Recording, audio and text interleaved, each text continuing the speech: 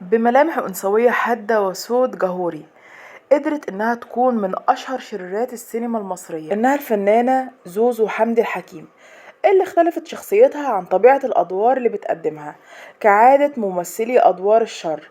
اتعرفت في الوسط الفني بطيبتها وحسها المرهف وحبها للثقافة والفن. كانت من رواد الصالونات الثقافية وهواة كتابة وإلقاء الشعر، ورغم إنها نشأت في زمن ندر فيه تعليم الفتيات، إلا إن أهل الفنانة زوزو حمد الحكيم أدركوا أهمية التعليم وساعدوها على إكمال تعليمها حتى أصبحت علامة فارقة في السينما المصرية. اتولدت زوزو حمد الحكيم سنة 1912 بقرية سانتريز بمحافظة المنوفية. رزقها الله بولد أدرك أهمية وأصر على تعليم بنته في زمن قل فيه تعليم الفتيات. لجمالها الرقيق اللي لفت أنظار شباب القرية، اضطر والد زوزو أن يزوجها وهي لم تكمل ال16 سنة، لكنه اشترط على زوجها أن تكمل بنته تعليمها.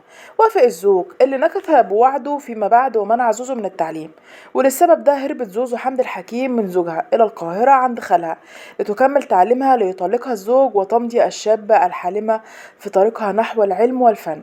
وفي سنة 1930 قرأت زوزو حمد الحكيم إعلان في جريدة الأهرام عن إنشاء معهد التمثيل الأول، وتقدمت ونجحت في الاختبار بتفوق، وفي نهاية السنة الأولى حصلت على المرتبة الأولى.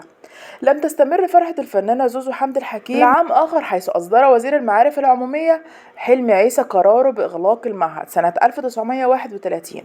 لم يستمر الحال طويل ورجع المعهد للعمل مرة أخرى، واستكملت زوزو تعليمها وتخرجت سنة 1934 لتكون زوزو حمد الحكيم أول فتاة مصرية تقتحم عالم الفن. عمل زوزو حمد الحكيم في البداية بالفرقة القومية اللي كان بيرقصها خليل مطران. كمان اشتغلت في العديد من المسرحيات مع فاطمة رشدي، واللي فضلتها عن باقي الفرق المسرحية.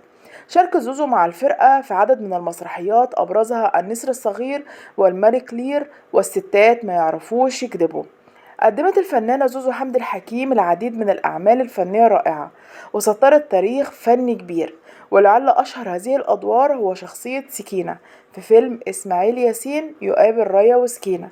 ومن أهم الأعمال اللي شاركت فيها زوزو حمد الحكيم أفلام وإسلاماء إلى الأبد وليلى بنت الفقراء وبيت الطالبات وإسكندرية ليه وريا وسكينة والموميا وبيت الطالبات.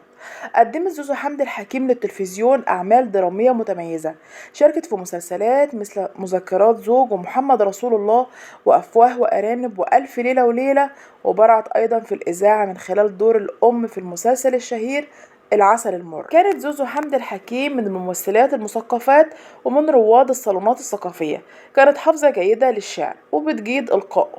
وفي إحدى هذه الصالونات اتعرفت إلى شاعر الأطلال الطبيب إبراهيم ناجي، جذبته ثقافتها وربطته بها قصة حب وأصبحت ملهمته. وقيل إن قصيدة الأطلال التي تغنت بها أم كلثوم كتبها ناجي فيها، والقارئ للدواوين ناجي سيجد أكثر من قصيدة له كتب تحتها عنوان إهداء إلى زين. تزوجت الفنانة زوزو حمد الحكيم 3 مرات، لم توفق في زوجتين، الأولى في بداية حياتها وهي لم تكمل 16 سنة، والأخرى كانت من الصحفي محمد التبعي، فيما استمر زواجهم الثالث ربع قرن وأنجبت خلاله ابنتها الوحيدة.